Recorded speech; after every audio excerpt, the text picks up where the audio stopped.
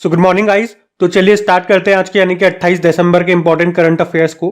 तो इस प्रश्न में आपसे पूछ रहे हैं, अभी हाल ही में आईएनएस इंफाल नौसेना में शामिल किया गया, इसका निर्माण किसने किया? तो आंसर होगा Mazagon dock ship builders limited Mumbai ने। और अभी हमारे जो रक्षा मंत्री हैं राजनाथ सिंह, उन्होंने इस stealth guided missile destroyer INS Imphal को मुंबई में भारतीय नौसेना में शामिल किया। तो ये प्रोजेक्ट 15B के तहत जो 4 स्वदेशी हमारे युद्धपोत हैं उनमें से ये तीसरा है आईएनएस इंफाल, जिसका निर्माण किसने किया? Mazagon dock ship builders limited Mumbai ने। और इसे विशाखापत्तनम श्रेणी का युद्धपोत भी बोला जा रहा है। और मैं आपको समझाता हूं कि ऐसा क्यों बोला जा रहा है। देखो, हमने कहा प्रोजेक्ट 15B के तहत इसे बनाया जा रहा है और प्रोजेक्ट 15B के तहत 4 युद्धपोत बनाए जा रहे हैं, जिसमें से ये तीसरा है, ये मैंने आपको बताया। तो उसमें जो पहला वाला बना था ना, उसका नाम था आईएनएस विशाखापत्तनम। तो रूल ये कहता है कि किसी भी प्रोजेक्ट में जो पहला होता है, जैसे यहां पर है आईएनएस विशाखापत्तनम, तो उसके बाद जितनों का भी निर्माण किया जाता है उन्हें उसी श्रेणी का माना जाता है। तो यहां पे पहले वाले का नाम था आईएनएस विशाखापत्तनम, तो इसके बाद जितने भी बनेंगे वो विशाखापत्तनम श्रेणी के कहे जाएंगे। लेकिन प्रोजेक्ट याद रखना है कि इस प्रोजेक्ट के तहत निर्माण हो रहा है प्रोजेक्ट 15B। और मैंने अभी आपको कहा कि प्रोजेक्ट 15B के तहत 4 डेस्ट्रॉयर, 4 युद्धपोत तैयार हो रहे हैं। तो चारों के नाम याद रखना है। पहला वाला तो आपने कहा आईएनएस विशाखापत्तनम, दूसरा वाला था आईएनएस मोरमुगाओ, तीसरा वाला ये हो गया आईएनएस इंफाल और चौथा है आईएनएस सूरत। इसके अलावा और भी बेहतरीन जानकारी मैं आपको दूंगा। ये तो हमने प्रोजेक्ट 15B की बात कर ली। एक प्रोजेक्ट 15A भी आप सुनोगे। इसके तहत भी 3 जहाज बनाए गए, आईएनएस कोलकाता, आईएनएस कोच्चि और आईएनएस चेन्नई। एक प्रोजेक्ट 75 आप सुनोगे, इसमें 6 स्कॉर्पियन क्लास सबमरीन बनाई गई। 6 के नाम मैं आपको बताऊं तो INS Kalvari, INS Khanderi, INS Karanj, INS Vela, INS Vagir और आईएनएस वागशीर। और पुराने स्टूडेंट्स को तो पता है, लेकिन अगर आप में से कोई पहली बार इस वीडियो को देख रहा है तो मैं आपको बता दूं, ये शीट मैं आपको कई बार रिपीट करा चुका हूं जब भी हम सबमरीन वगैरह की बात करते हैं। और अभी आप लोगों का कोई एग्जाम हुआ था, बिहार में या उड़ीसा में कोई एग्जाम हुआ था, वहां पे शीट में से प्रश्न आया था। अब वो प्रश्न क्या था वो मेरे माइंड में नहीं आ रहा है, लेकिन इसी शीट में से वो प्रश्न आया था, मैंने आपको उस वक्त बताया भी था। तो इसे आप ध्यान में रखना।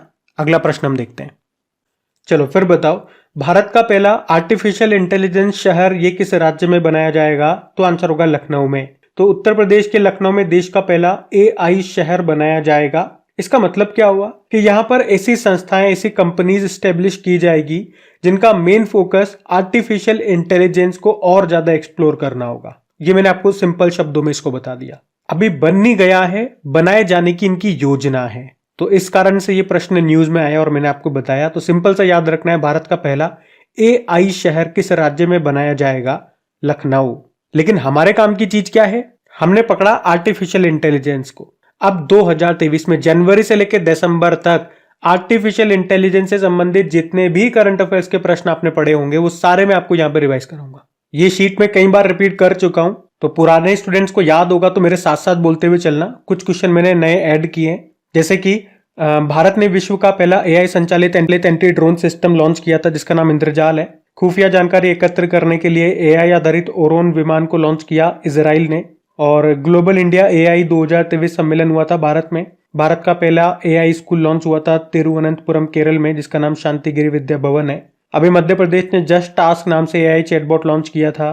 तो मेटा, जो पहले फेसबुक हुआ करता था, इसने माइक्रोसॉफ्ट के साथ मिलकर के AI आधारित भाषा मॉडल लामा 2 लॉन्च किया था। मैंने हमेशा बताया आपको कि मेटा ने ट्विटर को काउंटर करने के लिए एक प्लेटफॉर्म लॉन्च किया जिसका नाम थ्रेड्स रखा था। और किस राज्य ने AI आधारित न्यूज एंकर लिसा को लॉन्च किया? तो उड़ीसा ने। एलन मस्क ने AI आधारित स्टार्टअप XAI को लॉन्च किया ओपन AI को काउंटर करने के लिए। किस यूनियन टेरिटरी ने भारत का पहला टेली मानस चैटबॉट लॉन्च किया? तो जम्मू कश्मीर। पहले वैश्विक AI सम्मेलन की मेजबानी किसने की? ब्रिटेन ने। स्टैनफोर्ड यूनिवर्सिटी ने सर्वाधिक AI निवेश वाले देशों में भारत को 5वें स्थान पर रहा। किसने ग्रामीण भारत के लिए AI चैटबॉट जुगलबंदी को लॉन्च किया? तो माइक्रोसॉफ्ट ने। वैसे अभी माइक्रोसॉफ्ट ने स्थानीय भाषाओं को प्रमोट करने के लिए अभी प्रोजेक्ट एलोरा भी लॉन्च किया था, ये भी ध्यान रखना। और जनरेटिव AI प्लेटफॉर्म टोपाज को लॉन्च किया था इन्फोसिस ने। ओपन AI ये अमेरिकी कंपनी है, अभी इसने माइक्रोसॉफ्ट के साथ मिलकर चैट GPT लॉन्च किया था। हर बार बताता हूँ GPT की फुल फॉर्म इंपॉर्टेंट है, 2 बार एग्जाम में पूछी जा चुकी है ये। Generative pre trend transformer. Russia ने गीगा चैट लॉन्च किया था, तो गूगल ने बार्ड लॉन्च किया था। और अभी गूगल ने ही न्यूरल नेटवर्क जेमिनी एआई को भी लॉन्च किया था। एआई के गॉडफादर किन्हें कहा जाता है? जेफरी हिंटन को। अच्छा बताओ, अभी किस एआई ने प्रधानमंत्री मोदी जी के भाषणों का तमिल में अनुवाद किया था? भाषिणी एआई ने। अभी काशी तमिल संगम का आयोजन हुआ था वहीं पे। सुप्रीम कोर्ट ने एआई आधारित क्षेत्रीय भाषा अनुवाद उपकरण लॉन्च किया था जिसका नाम है सुवास। और ओला ने भारत का पहला एआई मॉडल लॉन्च किया था जिसका नाम है कृत्रिम। ये बिल्कुल लेटेस्ट प्रश्न मैंने अभी जोड़े हैं, इनको ध्यान में रखना। और अगर आप में से कोई वीडियो को वेरी फर्स्ट टाइम देख रहे हैं तो मान के चलना, क्रिक एग्जाम चैनल पे करंट अफेयर्स अगर आप पढ़ रहे हो ध्यान से और रेगुलर, तो नए करंट अफेयर्स के साथ साथ मैं पुराना भी आपको रिवाइज कराते हुए चलूंगा।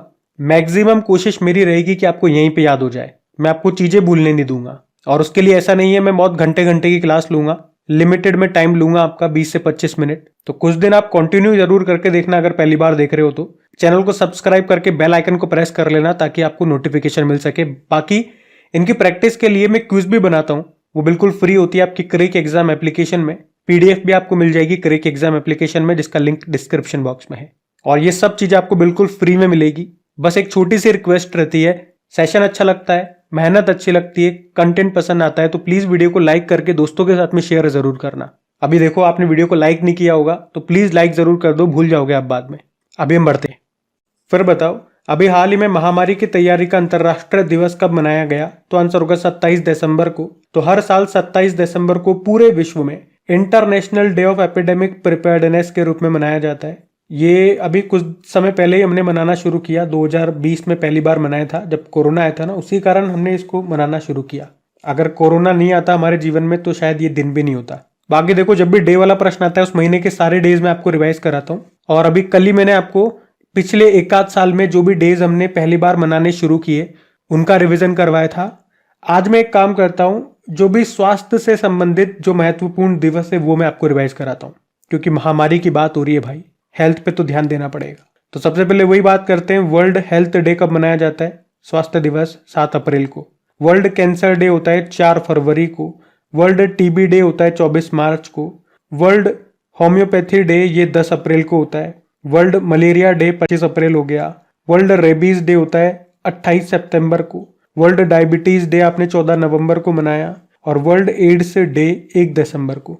तो हेल्थ से संबंधित ये मोस्ट इंपॉर्टेंट मैंने डेज उठाए, इनको ध्यान में रखना। अगला प्रश्न देखते हैं।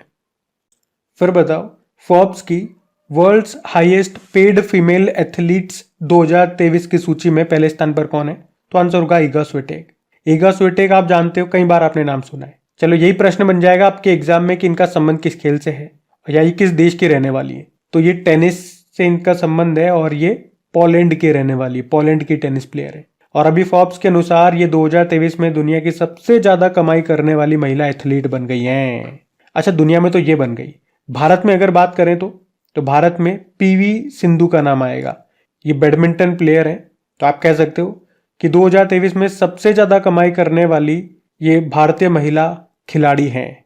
और इस लिस्ट में शामिल होने वाली एकमात्र भारतीय खिलाड़ी है ये पीवी सिंधु। और वैसे इस लिस्ट में ये 16वें स्थान पर है। ये प्रश्न भी आ सकता है कि ये किसके साथ अपना 16वां स्थान साझा कर रही है, यानी कि 16वें स्थान पे और कौन है? तो अमेरिकी जिम्नास्टिक है सिमोना बाइल्स और पीवी सिंधु, ये दोनों 16वें स्थान पर है। बात समझ में आ गई? देखो, ईगा स्विटेक की अगर बात करें तो इस साल जो फ्रेंच ओपन वाला ग्रैंड स्लैम हुआ था ना, उसमें वुमेन सिंगल का टाइटल इन्होंने ही जीता था। अब इन्फोसिस ने, आपको याद होगा, 2 टेनिस प्लेयर को ग्लोबल एम्बेसडर बनाया था। उसमें से एक ये थी ईगा स्विटेक, दूसरे राफेल नडाल थे जो कि स्पेन से हैं। और अभी टेनिस रैंकिंग आई है, उसमें महिलाओं के रैंकिंग में ये टॉप पर है। पुरुषों के रैंकिंग में तो नोवाक जोकोविच टॉप पर हैं जो कि सर्बिया के टेनिस प्लेयर हैं। तो इन सब कारण से ईगा स्विटेक का नाम न्यूज में था, मैंने आपको बता दिया। और पीवी सिंधु से एक पॉइंट मैं आपको याद दिलाऊं तो याद रखना, ओलंपिक में 2 पदक जीतने वाली एकमात्र भारतीय महिला खिलाड़ी पीवी सिंधु ही है। कब कब जीता था और कौन सा? तो 2016 में जो रियो ओलंपिक्स हुए थे उसमें सिल्वर जीता था। और अभी 2020 टोक्यो ओलंपिक में ब्रोंज इन्होंने जीता था। अच्छा, मान लो एक प्रश्न ऐसे अगर आ जाए, ओलंपिक में कुश्ती में पदक जीतने वाली एकमात्र भारतीय महिला खिलाड़ी कौन है? ये प्रश्न मैं इसलिए पूछ रहा हूं क्योंकि इनका नाम अभी काफी चर्चा में है। आंसर होगा साक्षी मलिक। 2016 के रियो ओलंपिक में इन्होंने ब्रोंज जीता था। और पीवी सिंधु ये बैडमिंटन प्लेयर हैं। तो याद होगा, अभी वर्ल्ड बैडमिंटन चैंपियनशिप 2023 का आयोजन कहां पे हुआ था? कोपेनहेगन डेनमार्क में, जिसमें हमारे जो एच प्रणय हैं उन्होंने ब्रोंज मेडल जीता था। तो ध्यान रखना ये। अगला प्रश्न देखते हैं। चलो फिर बताओ, 1 जनवरी 2024 को देश का पहला पोलरीमेट्री मिशन XPO सेट ये किस लॉन्च व्हीकल से लॉन्च होगा? तो आंसर होगा PSLV C58। तो देश का पहला पोलरीमेट्री मिशन है ये XPO सेट, जिसे इसरो लॉन्च करेगा 1 जनवरी 2024 को। पूछे कहां से? सतीश धवन अंतरिक्ष केंद्र श्रीहरिकोटा से। और किस लॉन्च व्हीकल से? तो PSLV C58 से। और आप यूं भी कह सकते हो कि 2021 में लॉन्च किए गए नासा के इमेजिंग एक्सरे पोलरीमेट्री एक्सप्लोरर की लॉन्चिंग के बाद ये जो एक्सपो सेट है ये भारत का पहला और दुनिया का दूसरा पोलरीमेट्री मिशन है। एक्सपो सेट का फुल फॉर्म होता है एक्सरे पोलरीमीटर सैटेलाइट, और इसे इसरो ने बंगलुरु के रमन रिसर्च इंस्टीट्यूट के साथ मिलकर के तैयार किया। और इसको लॉन्च करने का उद्देश्य क्या है, क्या काम करेगा ये? तो ब्रह्मांड के 50 सबसे चमकीले स्रोतों यानी कि 50 सबसे शाइनी सोर्सेस की ये स्टडी करेगा। और पूछे कि ये अपने साथ कितने पेलोड लेकर के जाएगा? 2, एक है पॉलिक्स और दूसरा है एक्सपेक्ट। अच्छा, हम इसरो की बात करेंगे उससे पहले कुछ इंपॉर्टेंट पॉइंट्स मैं आपको बताऊं या कुछ इंपॉर्टेंट लॉन्चिंग्स। जैसे कि आपको याद होगा NVS-01 उपग्रह को हमने लॉन्च किया था GSLV F12 से। ये क्या है? ये नेविगेशन की सेकेंड जनरेशन का पहला रॉकेट था। फिर और आपको याद होगा ये इसरो का या यूं कहूं कि भारत का सबसे छोटा रॉकेट है SSLV-D2। ये अपने साथ 3 सैटेलाइट लेकर के गया था, अर्थ ऑब्जर्वेटरी सैटेलाइट 07, जानुस 01 और आजादी सेट 2। और अभी भूटान का उपग्रह हमने लॉन्च किया था INS-2B जिसका नाम है, किससे? PSLV C54 रॉकेट से। और सिंगापुर का एक सैटेलाइट हमने लॉन्च किया था टेलियोस 2 नाम से, किसकी सहायता से? PSLV C55 की सहायता से। ये प्रश्न एग्जाम में पूछा गया था अभी। और 55 हो गया, 56 की बात करें PSLV C56 से हमने लॉन्च किया था सिंगापुर का ही एक सैटेलाइट था DSSAR नाम से। और अगला जो लॉन्च व्हीकल है वो PSLV C57 है। इसके थ्रू हमने हमारा जो पहला सूर्य मिशन था आदित्य L1 उसको लॉन्च किया था। और अब हमने देखा PSLV C58 से हम क्या लॉन्च कर रहे हैं? देश का पहला पोलरीमेट्री मिशन, या यूं कहूं कि एक्सरे पोलरीमीटर सैटेलाइट जिसका नाम है एक्सपोसेट, आप इसे शॉर्ट में बोलोगे। अच्छा, यहाँ पे एक होमवर्क प्रश्न मैं आपसे पूछ रहा हूं। आदित्य L1 तो मैंने आपको बता दिया, इसके बाद सबसे इंपॉर्टेंट आता है चंद्रयान 3। आप बताओ इसको किस रॉकेट से हमने लॉन्च किया था और उसको क्या कहा जाता है, क्या कोड नेम दिया गया, ये भी बताओ। और वैसे आपको याद हो अभी करंट अफेयर्स में पढ़ा था हमने कि इसरो को उसके चंद्रयान 3 मिशन के लिए लीफ एरिक्सन लूनर पुरस्कार भी मिला था। तो इसरो की बात करें, इंडियन स्पेस रिसर्च ऑर्गेनाइजेशन स्थापना होती है 1969 में, हेडक्वार्टर बंगलुरु में है। वर्तमान में इसके अध्यक्ष कौन है? S सोमनाथ है। इनकी ऑटोबायोग्राफी आई थी जिसका नाम है निलावू कुदिचा सिम्हांगल, मलयालम भाषा में लिखी इन्होंने। और मोटो क्या होता है? Space technology is in service of human kind. तो इंपॉर्टेंट क्वेश्चन है, सारी जानकारी मैंने इंपॉर्टेंट ही दी है, आपको ध्यान में रखना। अगला प्रश्न देखते हैं। फिर बताओ, अभी हाल ही में नासा ने IBM के साथ मिलकर के एक AI टूल लॉन्च किया, नाम बताओ उसका? watsonics.ai। तो watsonics.ai ये आर्टिफिशियल इंटेलिजेंस टूल है और इसे नासा और IBM ने मिलकर के तैयार किया। और इस टूल को बनाने का उद्देश्य क्या रहा? तो अंतरिक्ष से पृथ्वी की निगरानी करना और पहले से हो चुके पर्यावरणीय परिवर्तनों को मापने के साथ साथ भविष्य के बारे में भविष्यवाणी करने में मदद करेगा। ये मतलब पर्यावरण से संबंधित भविष्यवाणी करेगा ये, कि कहाँ पे बाढ़ आएगी, कहाँ पे सूखा होएगा, कहाँ पे तेज बारिश आएगी, कहाँ पे कम बारिश आएगी, इस तरह। IBM की बात करें, ये इंटरनेशनल बिजनेस मशीन इसकी फुल फॉर्म हो गई। 1911 में स्थापना होती है। और मुझे याद आ रहा है इससे संबंधित एक बार प्रश्न आया था एग्जाम में। प्रश्न ऐसा था कि बताओ किस कंपनी को बिग ब्लू के नाम से जानते हैं या उसका निकनेम बिग ब्लू है? तो आंसर यही होगा, IBM को। न्यूयॉर्क में इसका हेडक्वार्टर है। CEO भारतीय मूल के अरविंद कृष्ण। नासा की बात करें, आप जानते ही हो अमेरिका की स्पेस एजेंसी है। स्थापना होती 1958 में। वॉशिंगटन DC में हेडक्वार्टर है। प्रशासक एडमिनिस्ट्रेटर कौन है? Bill Nelson. अच्छा, नासा के 2-3 मिशन में आपको याद दिलाऊं तो एक आर्टेमिस मिशन आपको याद होगा जिसका उद्देश्य है 2024 तक इंसानों को चांद पर भेजना। और एक साइकी मिशन आपको याद होगा जिसे 13 अक्टूबर 2023 को कैनेडी स्पेस सेंटर से जो स्पेस एक्स का फॉल्कन 9 रॉकेट है उसे लॉन्च किया गया था, जिसका उद्देश्य है साइकी नाम का एक क्षुद्र ग्रह है उसकी स्टडी करना।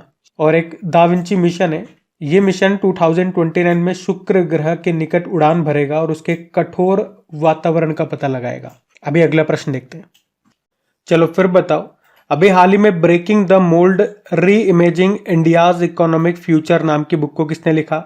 रघुराम राजन ने। तो आरबीआई के पूर्व गवर्नर है रघुराम राजन, और अभी इन्होंने अर्थशास्त्री रोहित लांबा के साथ मिलकर के ये अपनी नई बुक लिखी है जिसका नाम है ब्रेकिंग द मोल्ड। वैसे ये आरबीआई के कौन से नंबर के गवर्नर थे? 23वें। अभी वर्तमान में शक्तिकांत दास है, वो 25वें नंबर के गवर्नर है। और आपको याद हो तो रघुराम राजन से एक बुक हमने और पढ़ी थी कुछ समय पहले जिसका नाम है I do what I do. ये प्रश्न एग्जाम में पूछा जा चुका है इस बुक के ऊपर, तो अब ये वाली बुक भी याद रखना, इनकी बुक है ये ब्रेकिंग द मोल्ड। यहाँ पे 2023 की कुछ बुक्स मैं आपको रिवाइज कराऊं तो आपको याद होगा वाणी त्रिपाठी ने एक बुक लिखी है why can't elephant be red. Anirudh Bhattacharya Vasu Chatterjee and the middle of the road cinema नाम से बुक लिखी। Doctor M A Hasan war and women नाम से बुक लिखी। पीयूष बोबले ने गांधी सियासत और संप्रदाय नाम से बुक लिखी। दिग्गज टेनिस प्लेयर हैं जयदीप मुखर्जी, उन्होंने अपनी आत्मकथा क्रॉस कोर्ट को लॉन्च किया था। बोरिया मजूमदार ने सचिन के ऊपर बुक लिखी है सचिन @50 सेलिब्रेटिंग अ मैस्ट्रो। वैसे सचिन की ऑटोबायोग्राफी क्या है? Playing it my way. Amitabh Ghosh smoke and ashes नाम से बुक लिखी। आशीष कुंद्रा अ रिसर्जेंट नॉर्थ ईस्ट नरेटिव्स नाम से बुक लिखी। तो नारायण वाघुल रिफ्लेक्शन नाम से बुक लिखी जिसको लॉन्च किया था हमारी वित्त मंत्री निर्मला सीतारमण जी ने। Shashi Shekhar Vempati collective spirit concrete action नाम से बुक लिखी। तो ये कुछ इंपॉर्टेंट बुक्स मैंने आपको रिवाइज करा, इनको ध्यान में रखना। अगला प्रश्न देखते हैं। फिर बताओ, अभी हाल ही में किस मंत्रालय ने एक सूचना शिक्षा और संचार नाम से एक अभियान शुरू किया? तो आंसर होगा जनजातीय मामलों के मंत्रालय ने। तो अभी ट्राइबल अफेयर्स मिनिस्ट्री ने, जिसके मंत्री हैं अर्जुन मुंडा, इन्होंने एक सूचना शिक्षा और संचार नाम से अभियान शुरू किया है। इस अभियान का उद्देश्य क्या है? प्रधानमंत्री जनजातीय आदिवासी न्याय महाअभियान के बारे में जागरूकता पैदा करना, जैसे उनमें सरकारी कार्यक्रमों के बारे में, सरकारी योजनाओं के बारे में जागरूकता बढ़ाई जाएगी। और अगर बात करें इस प्रधानमंत्री जनजाति आदिवासी न्याय महाअभियान की, इसे शॉर्ट में प्रधानमंत्री जन मन योजना भी कहते हैं। इसको मोदी जी ने जनजातीय गौरव दिवस के मौके पर यानी कि अभी 15 नवंबर 2023 को इस अभियान की घोषणा की थी। पूछे अगर कहाँ से? खूंटी झारखंड से। और इसके लिए कितना फंड रिलीज किया गया? 24,104 करोड़ रुपए। तो योजना का मुख्य उद्देश्य है कमजोर जनजातीय समूहों की सामाजिक व आर्थिक स्थितियों में सुधार करना। चलो यहाँ पे कुछ इंपॉर्टेंट योजनाएं मैं आपको रिवाइज कराऊं। तो अभी मुख्यमंत्री संपूर्ण पुष्टि योजना शुरू की थी उड़ीसा ने। मुख्यमंत्री कृषक मित्र योजना शुरू की थी मध्य प्रदेश ने। मुख्यमंत्री ग्रामीण आवास न्याय योजना शुरू की छत्तीसगढ़ ने। मुख्यमंत्री अल्पसंख्यक उद्यमी योजना शुरू की बिहार ने। मुख्यमंत्री लोक सेवक आरोग्य योजना शुरू की असम ने। युवा मितान परिवहन योजना शुरू की छत्तीसगढ़ ने। और अनुसूचित जाति यानी कि शेड्यूल्ड कास्ट के उत्थान के लिए सामाजिक न्याय व अधिकारिता मंत्रालय ने श्रेष्ठ योजना शुरू की थी। और लेक लड़की योजना, इसको महाराष्ट्र ने शुरू किया। यहाँ पे लेक लड़की मतलब प्यारी बेटी हो गया। और मुख्यमंत्री सुखाश्रय योजना को हिमाचल प्रदेश ने शुरू किया था, तो ये भी ध्यान रखना। अगला प्रश्न देखते हैं। फिर बताओ, हाल ही में भारत का पहला जायरोकॉप्टर एयर सफारी ये कहाँ पे शुरू होगा? तो आंसर होगा उत्तराखंड में। जायरोकॉप्टर ये छोटा हेलीकॉप्टर की तरह होता है और इसकी मदद से उत्तराखंड के ऋषिकेश में हवाई सफारी शुरू की जाएगी, जिससे जो पर्यटक होंगे वो क्षेत्र के प्राकृतिक और खूबसूरत नज़ारे, पहाड़, हरियाली वो ऊपर से दिख सकेंगे। अच्छा, यहाँ पे हमने बात की भारत में पहला, तो अब यहाँ पे कुछ ऐसे ही क्वेश्चन मैं आपको रिवाइज कराता हूँ जो 2023 में ही हमने पढ़े थे।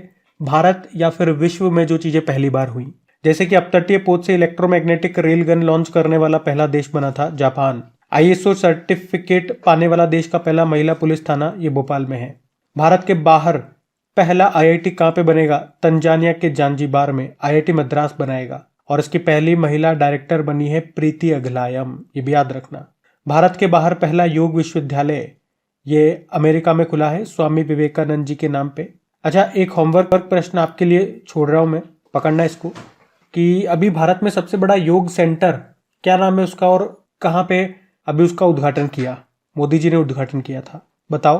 बाकी भारत के बाहर दुनिया का दूसरा सबसे बड़ा मंदिर ये बना है अमेरिका के न्यू जर्सी में। ये दुनिया का दूसरा सबसे बड़ा है। तो पहला कौन सा है? अंकोर वाट का मंदिर है कंबोडिया में। और ग्रीन हाइड्रोजन से चलने वाली भारत की पहली बस को कहाँ से लॉन्च किया गया था? दिल्ली से। दिल्ली में जो कर्तव्य पथ है वहां पर हमारे जो पेट्रोलियम मंत्री हरदीप सिंह पुरी उन्होंने लॉन्च किया था। और इन बसों को इंडियन ऑयल ने शुरू किया। बाकी देश के पहले पॉलीथीन कचरा बैंक ये कहाँ पे स्थापित हुआ? उत्तराखंड में। दक्षिण पूर्व एशिया की पहली हाई स्पीड रेल जिसका नाम है वूश, ये कहाँ पे शुरू हुई? इंडोनेशिया में।